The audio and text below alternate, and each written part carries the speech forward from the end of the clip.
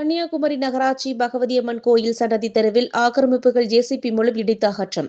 தொடர் சர்ச்சையிலிருந்து வந்த கன்னியாகுமரி சன்னதி தெருக்கடைகள் நீதிமன்ற உத்தரவின்படி 29/1/2026 தேதிக்குள் இடித்து அகற்றப்படும் என கடைகளுக்கு நோட்டீஸ் கொடுக்கப்பட்டிருந்த நிலையில் இன்று நகராட்சி நிர்வாகம் அறநலத்துறை இடத்தை தவிர்த்து நகராட்சிக்கு சொந்தமான இடங்களில் ஆக்கிரமிப்பு செய்யப்பட்டிருந்த கடைகளை ஜேசிபி கொண்டு இடித்து அகற்றி வருகிறது.